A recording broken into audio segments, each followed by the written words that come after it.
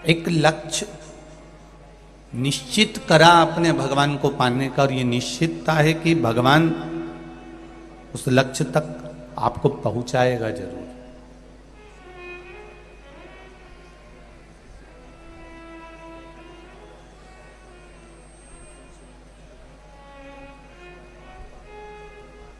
उस लक्ष्य तक परमात्मा आपको लेकर जरूर जाएगा। और यही गंभीरता है। समुद्र का जल,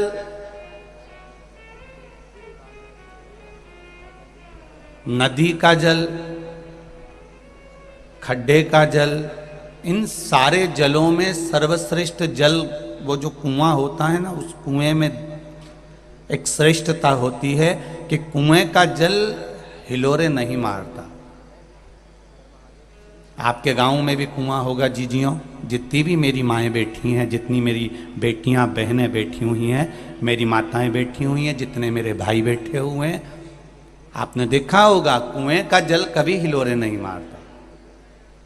हिलोरे मारता है समुद्र का जल, हिलोरे मारती है नदियां, हिलोरे मारता है तालाब, हिलोरे मारते हैं जो तालाब होते हैं, खड्डे होते हैं, और जिसमें समुद्र और नदी झरने ये सब हिलोरे मारते हैं और खूब उछलते हैं, खूब हिलोरे मारते हैं। पर कुएं का जल कभी हिलोरे नहीं मारता, चाहे कुछ भी हो जाए, क्योंकि कुएं के जल में एक बात होती है, कुएं को खोदने से पहले नीचे इतनी चोट दी जाती है, इतनी चोट दी जाती है, इतने बम ब्लास्ट अंदर करे जाते हैं, इतनी ब्लास्टिंग करी जाती है, और इतने पत्थरों को फोड़ा जाता है, नीचे इतना उसको उखाड़ा जाता है, नीचे इतनी चोट दी जाती है कि कुआं अंदर से इतना चोट खाया हुआ होता है कि कुआं फिर वो हिलोरे मारना भूल जाता है, क्योंकि वो अंदर उसके इतनी चोट पड़ी होती है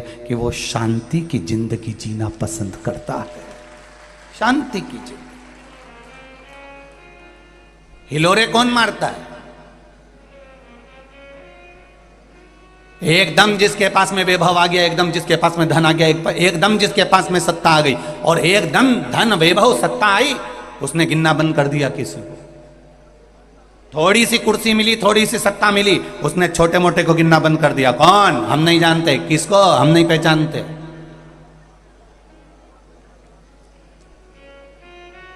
आपने कह दिया हम नहीं जानते, तो ये एक बार तो तुमको दे देगा, एक बार तो तुम्हें कुर्सी पे बिठा देगा, अगली बार जब तुम इसके पास जाओगे तो वो भी कह देगा हम भी नहीं जानते, तुम कौन हो, हम भी नहीं पहचानते। जो दूसरी जगह से लेकर आता है, समुद्र के पास में जल दूसरी जगह से आ रहा है, इसलिए बहुत हिलोरे मारता है वो। तालाब हिलोरे मारता है क्योंकि जल दूसरी जगह से आ रहा है, नदियां हिलोरे मारती हैं क्योंकि जल दूसरी जगह से आ रहा है, झरने हिलोरे मारते हैं क्योंकि दूसरी जगह से जल आ रहा है। पर कुएं का जल अपना खुद का है, इसलिए स्थिरता, उसमें नम्रता, उसके जल में हिलोरता नहीं होती, वो एकदम गंभीर, एकदम आनंद में रहता है। जिसके पास अभी अभी आया होता है वो सारी दुनिया में डोंडी पीट कर दिखाता है, और जिसके पास में पहले से रहता है वो एकदम दिखता ही नहीं है कि ये सेठ है, दिखता ही नहीं कि इसमें कुछ भरा होगा, दिखता ही नहीं कि इसमें तो बस सहजता है, नम्रता है, एक आनंदता है। जिसमें ज्ञान का बल बड़ा होता है, जिसमें बुद्धि की गहराई होती है, ज्ञान की जिसमें गहराई होती है, वो कभी उछलता ही नहीं।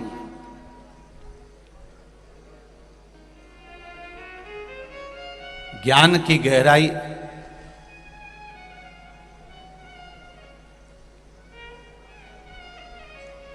एक कोई मंदसौर के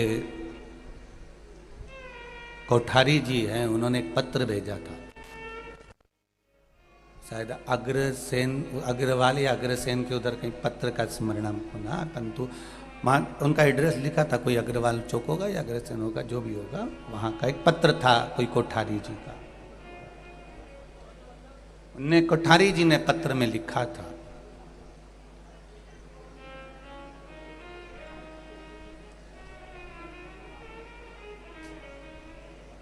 कोठारी जी के शब्द कितने सुंदर थे कि महाराज, मंदसौर आने से पहले जो जनमानस में भ्रम फैला था, ये मंदसौर के फैलाने वाले नहीं थे, क्योंकि मेरे मंदसौर को मैंने अपनी जिंदगी में शुरू से देखा है। ये तो कोई दूसरे का फैलाया हुआ है। मेरा मंदसौर ऐसा नहीं है। वो कोठारी जी के शब्द में, कोठारी जी आपको धन्यवाद दूंगा अगर आप सुन रहे होगे, जहां भी बैठे हो। आपकी जो पत्र है, 2 पेज का आपने पत्र लिखा, उसमें आपने काव्यत्य के को लिखा और बड़ा सुंदर सुंदर बात आपने उसमें।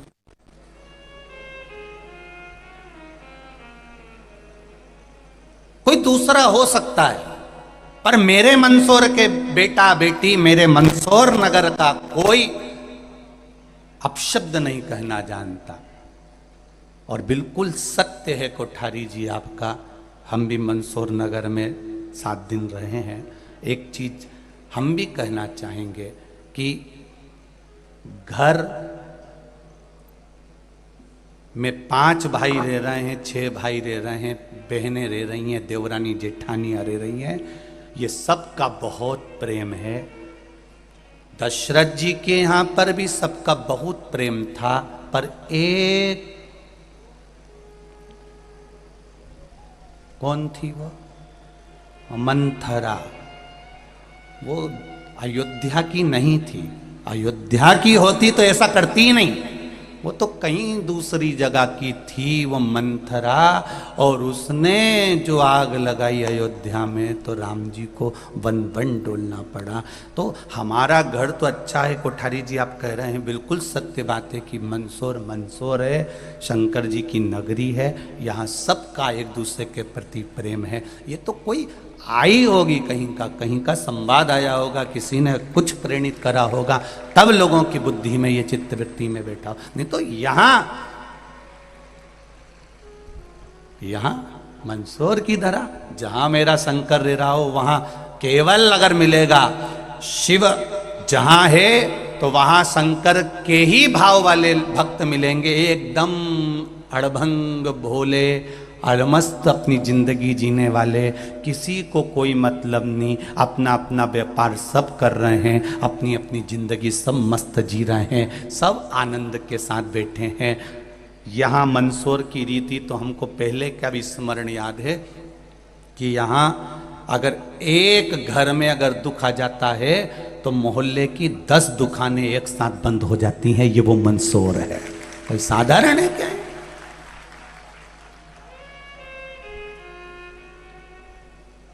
एक सहजता का विषय, एक आनंदता का विषय। शिव क्या देता है ये हम ये नहीं कह सकते कि शंकर क्या देता है। शंकर जब देता है तब आपको मालूम पड़ता है कि शिव जी ने क्या दिया। एक पत्र आया है कि मेरे घर में 2 बेटियां हुई, एक बेटी की उम्र 18 साल थी और दूसरी बेटी की उम्र 14 साल थी। मैं टीवी के सामने कथा सुनकर केवल रोती थी कि मेरे घर में बेटा नहीं है। मैंने कभी भगवान के सामने जाकर नहीं कहा कि मेरे को बेटा दे देना। मेरी दोनों बेटियां मेरे घर में, एक 18, पत्र देखिए जरा, पत्र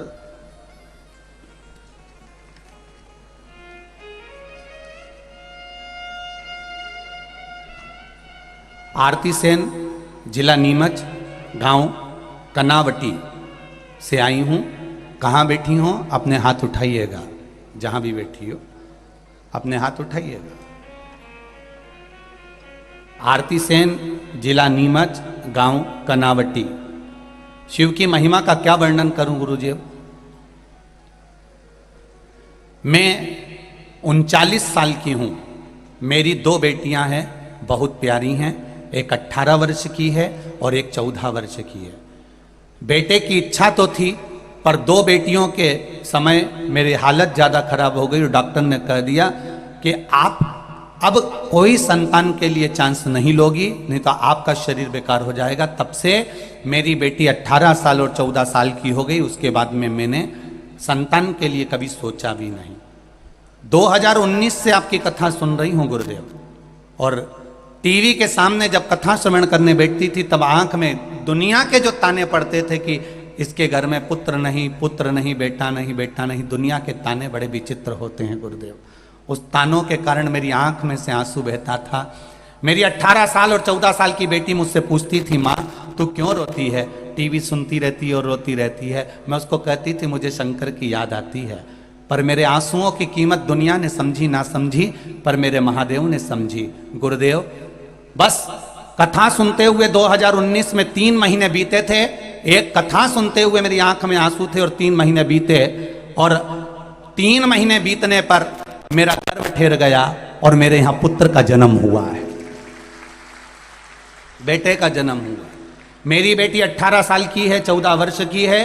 अब मेरे घर में एक बेटा भी है। मैंने बाबा से नहीं मांगा, पर 3 महीने का आप कहते हो कि 3 महीने में महादेव देता है। मैंने 3 महीने में उसका रिजल्ट पाया है। मेरे बाबा ने मुझको एक पुत्र दिया है, ये शिव की कृपा से ही प्राप्त हुआ। शिव किसको का शंकर, उससे जाकर आप केवल 1 लोटा जल समर्पित करिए, उससे दिल से अपने हृदय की बात। आप टीवी के सामने कथा सुन रहे हो, आस्था चैनल पर कथा सुन रहे हो, फेसबुक यूट्यूब पर कथा सुन रहे हो, आपकी चित्तवृत्ति परमात्मा में लगी हुई है। भले सियोर वाला महाराज तुम्हें दिखे ना दिखे, पर आप इस पंडाल में जहां मर्जी पड़ी वहां बैठकर कथा का रसतत्व ग्रहण कर रहे हो, तो ये निश्चित है अगली कथा जहां पर होगी 3 महीने में तुम्हारा भी पत्र वहां पर होगा कि बाबा ने मेरे ऊपर ये कृपा करी है। ये चित्त, ये आनंद, ये सुख, ये वृत्ति, ये भगवान ही देता है। एक इंजीनियर महोदय ने पत्र लिखा है, आपके मंदसौर के ठेकेदार भी हैं, इंजीनियर भी। देखिए,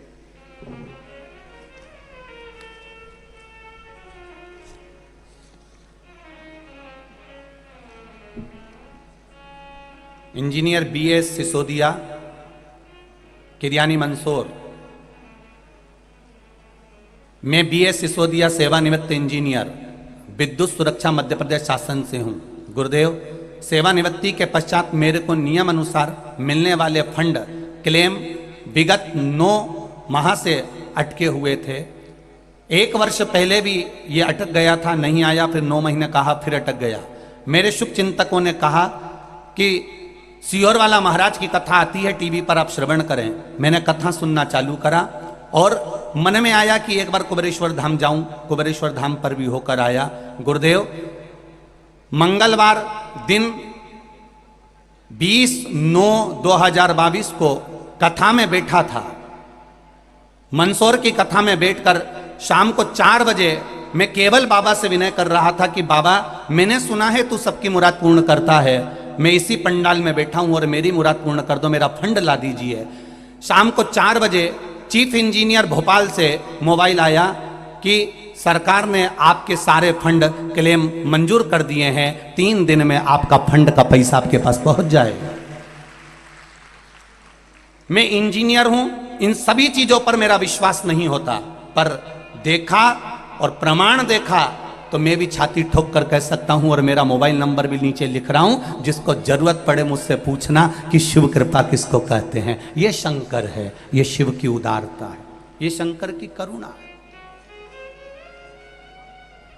आपका विश्वास, आपकी दृढ़ता, आपका भरोसा।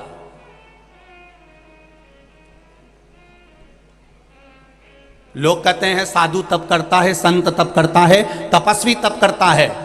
ये मेरा विश्वास कहता है आपका तप भी कम नहीं है मेरी जीजियों, मेरे भाई। सवेरे से एक जैसे बैठे रहते हो बिना कुछ खाए पिए, मिल गया तो खा लिया, आराम रत्ती भर का नहीं। सवेरे स्नान करा, आए, बैठे, और तुमने जो तप चालू करा, धूप सूरज की तपन, प्यास लग रही है, भूख लग रही है, गर्मी पड़ रही है, इधर आपस में एक दूसरे के शरीर की तपन भी बनी हुई है, उमस अपनी जगह पर है, और उस बीच में 3 घंटे की कथा के लिए कम से कम 9 घंटे तक इंतजार करना पड़ रहा है, तब कथा मिल रही है। 3 घंटे की कथा के लिए 9 घंटे तक इंतजार करना पड़ रहा है, तब कथा मिल रही है, तब कथा प्राप्त हो रही है।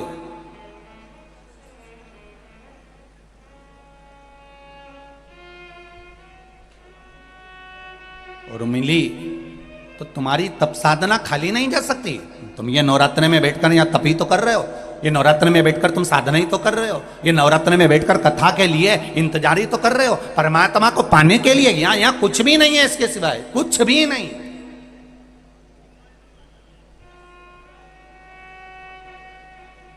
और जितना फल आपको कथा सुनकर मिल रहा है, उतना फल सेवा भारती के जितने ये नवयुवक बेटा बेटियां यहां वहां लगे हुए हैं, कथा तक नहीं सुन पा रहे, धूप में रोड पर खड़े हुए हैं। और एक बात तो कहूंगा, यहाँ के पुलिस प्रशासन को, कलेक्टर और एसपी महोदय के लिए भी गजब की व्यवस्था दी है, गजब की व्यवस्था। यहाँ के कलेक्टर महोदय और एसपी महोदय को भी, आदरणीय एसपी डीएसपी सारे महोदयों को, टीआई आदि सबको कहूंगा कि गजब की व्यवस्था आपकी और गजब का कंट्रोल आपका।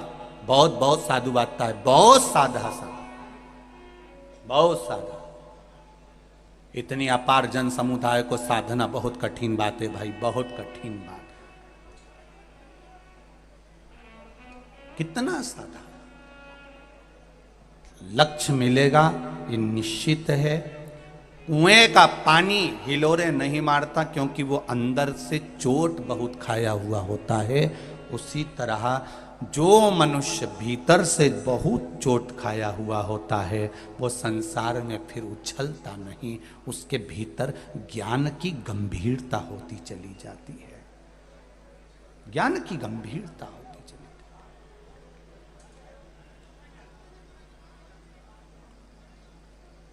एक सेठ जितना सुखी नहीं होता, उतना सुखी भिखारी होता है। कौन सुखी है? जम के बोलो जरा, अरे अच्छे से बोलो। भिखारी। एक सेठ जितना सुखी नहीं होता, उससे 1000 गुना सुखी एक भिखारी होता है। क्यों? भिखारी 100 घर से मांगकर खाता है, और सेठ दिन भर कमाता है तो भी अपना टिफिन सही से खा नहीं पाता है।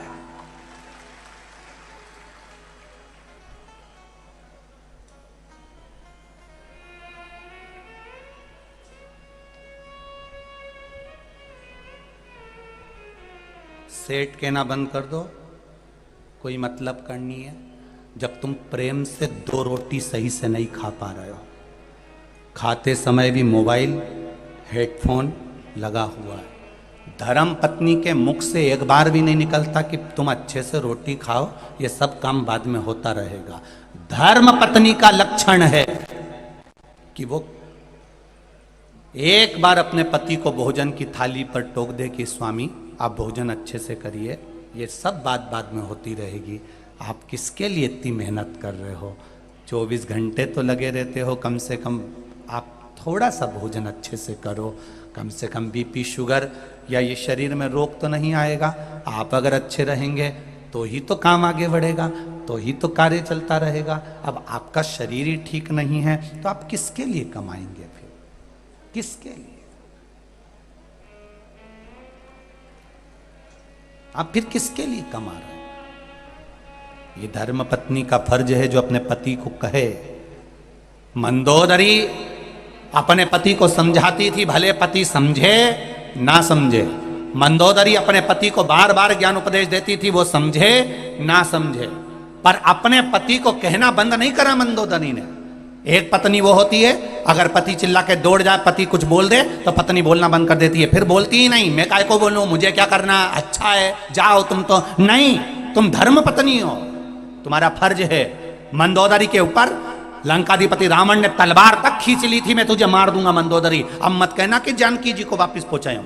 तो भी मंदोदरी ने कहना बंद नहीं करा, तुम मेरे प्राण ले लो, मना नहीं, पर मैं तुमको समझाए बिना नहीं रहूंगी, सलाह देती रहूंगी कि तुम सतमार्ग पर चलो। भले दुनिया को बुरा लगता रहे, पर अपन अपना मार्ग बताते रहो।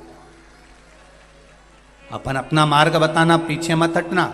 कई लोगों को बुरा लगता होगा, सियोर वाला महाराज ये बोल देता है, वो बोल देता है, पर निवेदन है, जब मंदोदरी अपना काम नहीं छोड़ रही तो सियोर वाला महाराज अपना काम कैसे छोड़ सकता है? कैसे छोड़ दे? वो सतमार्ग पर लाना, ले जाना, सतमार्ग की ओर प्रेरित करना, सतमार्ग की ओर आगे बढ़ाना। भले दुनिया के लोग अपशब्द कहें, ताने दे, गालियां दे, आड़ा टेढ़ा बोलते रहे, पर आप अपनी मस्ती में मंदोदरी जैसा जीवन। मंदोदरी कोई सहज नहीं थी, बड़ी विद्वानों में विद्वान। सप्त ऋषियों ने अपना ज्ञान मंदोदरी को दे रखा था, इसलिए मंदोदरी रावण जैसे विद्वान को समझाती थी। विद्वान और विद्यावान दोनों में अंतर है। रावण के आगे लिखा रहता था विद्वान और हनुमान जी के आगे लिखा रहता था विद्यावान गुणी अति चातुर। रावण के आगे विद्वान लिखा रहता था और हनुमान जी के आगे विद्यावान लिखा रहता था। विद्वान और विद्यावान में अंतर है। विद्वान जो होता है वो दूसरे को नीचा दिखाने का प्रयास करता है और विद्यावान दूसरे को उठाने का प्रयास करता है। विद्वान और विद्यावान में अंतर है। कई लोग बड़े बड़े अपने अपने सिंहासन पर बैठ जाएंगे, ऊंचे ऊंचे पद पर बैठ जाएंगे, हम विद्वान हैं, हमारे पास में वेद और शास्त्रों का ज्ञान है। तुम विद्वान तो बन गए रावण जैसे, पर दूसरे को गिराना जानते हो। और मेरा हनुमान जिनके आगे लिखा है विद्यावान गुणी अति चातुर, वो विद्यावान है, इसलिए लक्ष्मण मूर्छित भी हो गए तो रात भर में जड़ी बूटी ढूंढ कर उठाने का प्रयास करते हैं, वो विद्यावान। तुम्हारी विद्वत्ता वो किसी काम की नहीं अगर दूसरे को नीचे गिरा रहे हो। तुम्हारा विद्वत्पन वो किसी काम का नहीं अगर दूसरे को नीचा दिखा रहे हो। तुम्हारी विद्वत्ता वो किसी काम की नहीं जो दूसरे पर उंगली उठा रहे हो। तो विद्वान और विद्यावान में अंतर है। विद्वान लंकाधिपति रावण है जो दूसरे को हमेशा नीचा दिखाता है। मंदोदरी तो मुझे जानती नहीं है, विभीषण को लात मारकर निकाल दिया, सग्गा भाई था। अगर इतना बड़ा विद्वान था तो यह सोचना था कि मेरा भाई कहां जाएगा, मेरा भाई कितनी ठोकर खाएगा, मेरे भाई को कहां कहां जाना पड़ेगा। तो विद्वान है ना, इतना बड़ा विद्वान बनता है तो अपने भाई को लात मारकर क्यों निकाल दिया। मेरे बराबर कोई नहीं, मैं दशानंद, मैं बड़ा विद्वान हूं। विद्वान दूसरे को नीचे नहीं दिखाता, भरी सभा में अपने भाई को लात नहीं मारता। और देखो विद्यावान का लक्षण कि वो विभीषण जब हनुमान जी के उस राम जी की शरणागति में मेरे राघव जी की पहुंचा तो किसी ने कुछ नहीं बोला। हनुमान जी ने कहा, क्योंकि विद्यावान थे तो उन्होंने कहा नहीं सरकार, इनको रख लीजिए क्योंकि ये विभीषण हैं, इनके दरवाजे पर तुलसी का क्यारा है, इसको आप अपनी सेना में रख लीजिए। ये विद्यावान गुणी अति चातुर।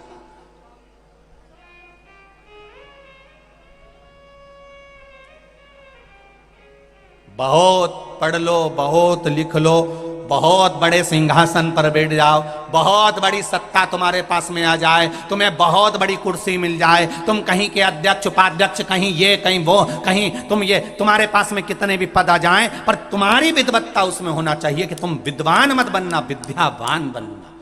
कल जजमान लोग मिलने के लिए शाम को आए और हमारे सेवा भारती के कोई भाई उनका परिचय दे रहे थे और सेवा भारती के कुछ भाई उनका परिचय दे रहे थे। तो उन्होंने परिचय में बहुत सुंदर सुंदर बातें हमको कही कि साहब ये हमारे यहाँ के सेठ जी हैं और ऐसा है, और कहा साहब ये प्रॉपर्टी डीलर हैं, ये इनकी कॉलोनियाँ बनाते हैं, कोई कहा इनका ये मील है, कोई कहा इनका ये है। पर ईमानदारी की बात कहूँगा, आप पांचों जजमान मिलने आए पर मुझे नहीं लगा कि आप बहुत बड़े करोड़पति होगे, मुझे तो लगा शिव के भक्त हो।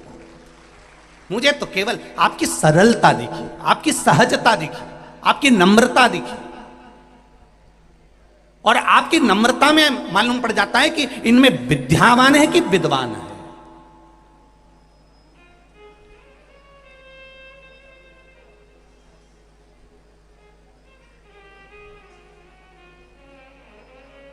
विद्वत्ता की निशानी नम्रता से नजर आती है। अभी ये कथा के पहले सांसद आदरणीय केपी यादव जी की कथा थी अशोकनगर में।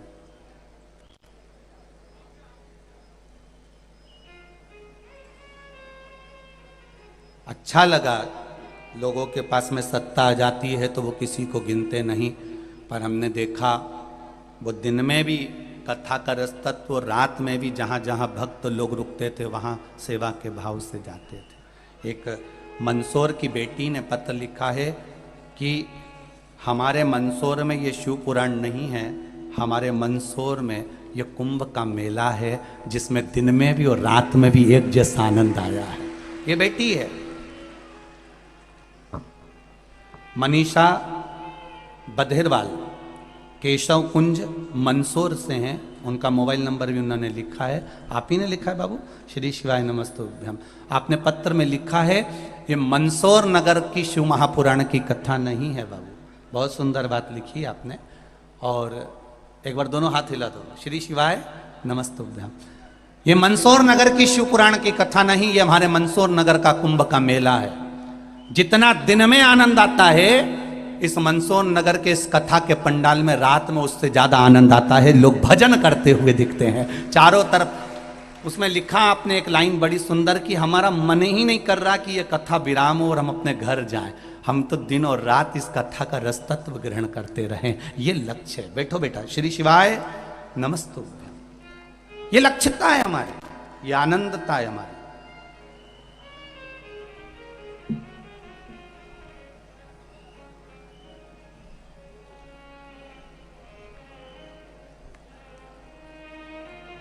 आग लगी आकाश में झरझर गिरे अंगारे, जो सतगुरु ना होते तो मर जाते सारे। कहीं ना कहीं शिव भक्ति का एक आनंद अपने जीवन में उतारो। सेठ भिखारी 100 घर से मांगकर खाता है और चैन की जिंदगी जीता है, और सेठ 24 घंटा कमाता है और एक टिफिन भी सही से नहीं खा पाता है। एक टिफिन भोजन का दुकान पर रखा है। 4 बार नौकर ने कह दिया सेठ जी मुझे भूख लग रही है। नौकर को छुट्टी दे दी पर खुद छुट्टी नहीं ले पाया। खुद छुट्टी नहीं ले पा रहा कि मैं खा लूं। खाने के लिए अंदर बैठा है और बाहर ध्यान है। देख ले वो ग्राहक क्यों खड़ा है, उसको देख ले जरा। और मुंह में रोटी केवल ठूस रहा है और ध्यान ग्राहक पर है। नहीं रे भाई, बहुत छोटा सा जीवन है, इसको खूब खुशियों से जियो, खूब खुशियों से। जब इस जीवन को आप खुशियों से जियोगे, इस जीवन को आप आनंदता से जियोगे, तो एक आनंद की अनुभूति अलग से होगी, अलग से।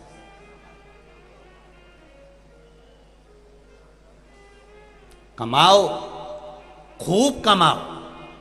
मेरा भोलेनाथ, जितना आपने इस कथा में अगर लगाया हो या कहीं समर्पित किया हो या सेवा भारती के प्रकल्प में कहीं साथ दिया हो, तो मेरा महादेव आपको खूब दे, मना नहीं है। कमाओ, खूब कमाओ। तुम्हारे शरीर की कैपेसिटी से ज्यादा कमाओ।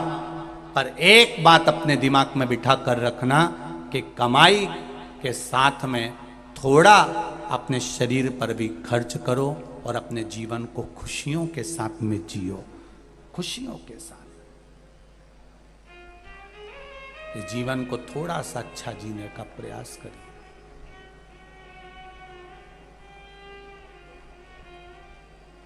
एक किसान ने पत्र लिखा है,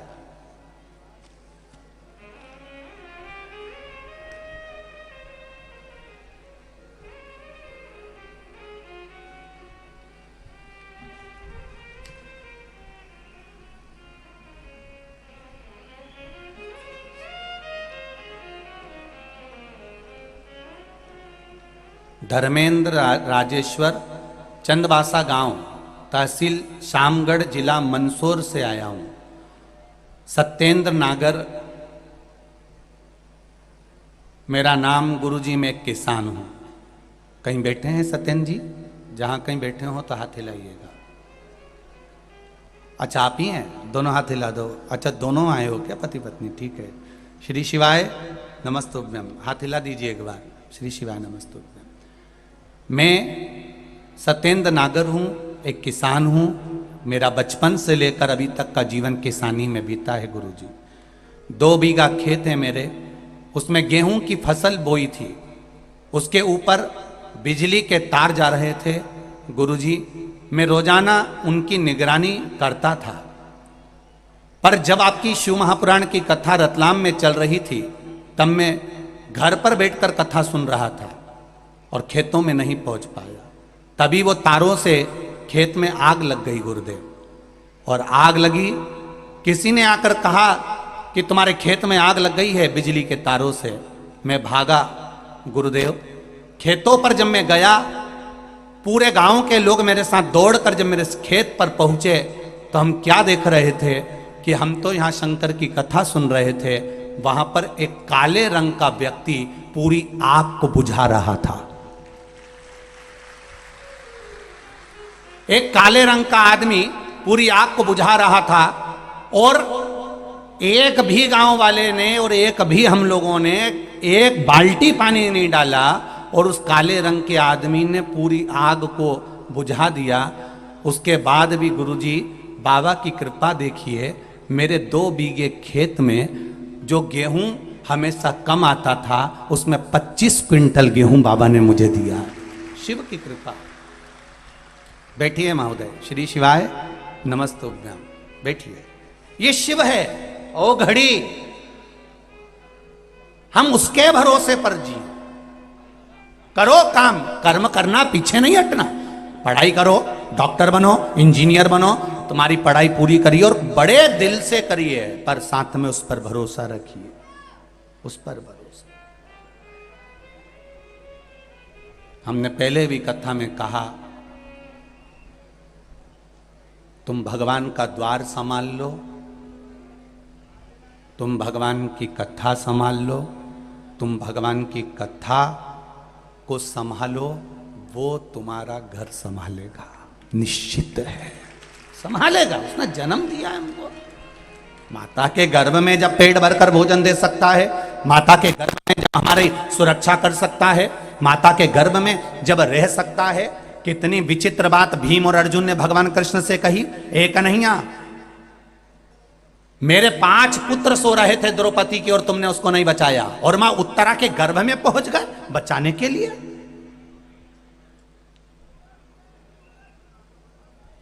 श्रीमद् भागवत में लिखा है कि द्रौपदी के सोते हुए 5 पुत्रों का वध अश्वत्थामा ने कर दिया। और अश्वत्थामा बड़े विद्वान थे, बड़े ज्ञानवान थे, उनके बराबर कोई विद्वान नहीं होगा। कितने विद्वान थे अश्वत्थामा, कितने विद्वान। एक गुरु के पुत्र थे अश्वत्थामा। तो किसी ने पूछा, गुरुजी अश्वत्थामा को हो क्या गया था ऐसा ही, इसकी बुद्धि को क्या भाटा पड़ी गया था? बताओ, इतना बड़ा गुरु, इतनी बड़ी पद, ब्राह्मण पुत्र अश्वत्थामा, एक गुरु का पुत्र अश्वत्थामा, इसकी बुद्धि को क्या हो गया था जो इसने द्रौपदी के सोते हुए 5 पुत्रों का वध कर दिया? इसकी बुद्धि कहां चली गई थी? कहीं नहीं गई थी। अश्वत्थामा आज अपने टेंट से बाहर, युद्ध के मैदान में अपने पंडाल से बाहर,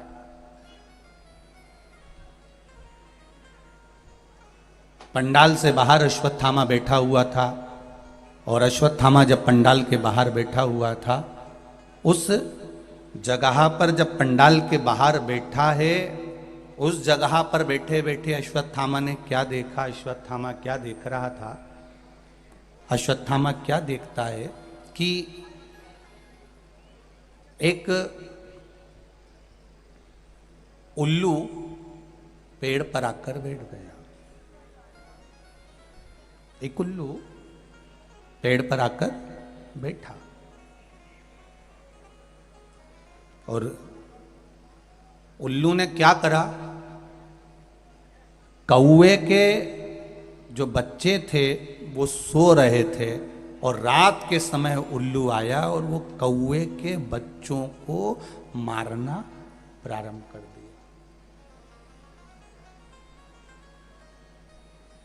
अश्वत्थामा ने देखा कि गजब, अगर दिन में उल्लू आता तो इसको कौवा भगा देता,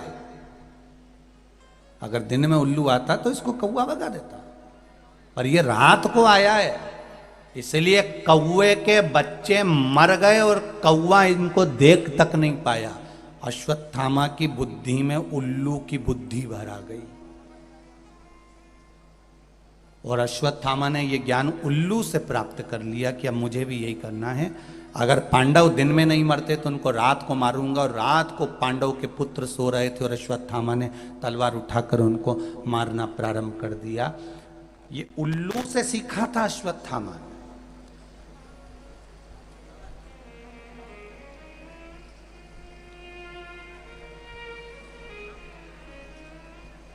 विद्वान, कितना प्रबल विद्वान अश्वत्थामा, जिसने द्रौपदी के सोते हुए 5 पुत्रों को मार दिया। भीम और अर्जुन कह रहे हैं भगवान कृष्ण से, आपने जब उत्तरा के गर्भ में पड़े हुए बच्चे की रक्षा अंदर घूम घूम कर दी, तो फिर हमारे पुत्रों की रक्षा क्यों नहीं कर पाई? ये क्यों मर गए?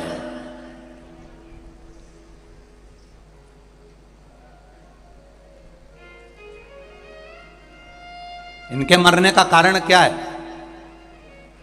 भगवान कृष्ण ने कहा, अर्जुन, भीम, मैं रोज तुमसे पूछता था, रोज प्रतिदिन तुमसे पूछता था, रोज तुमसे कहता था कि तुम मेरे पास आते हो तो अपने मन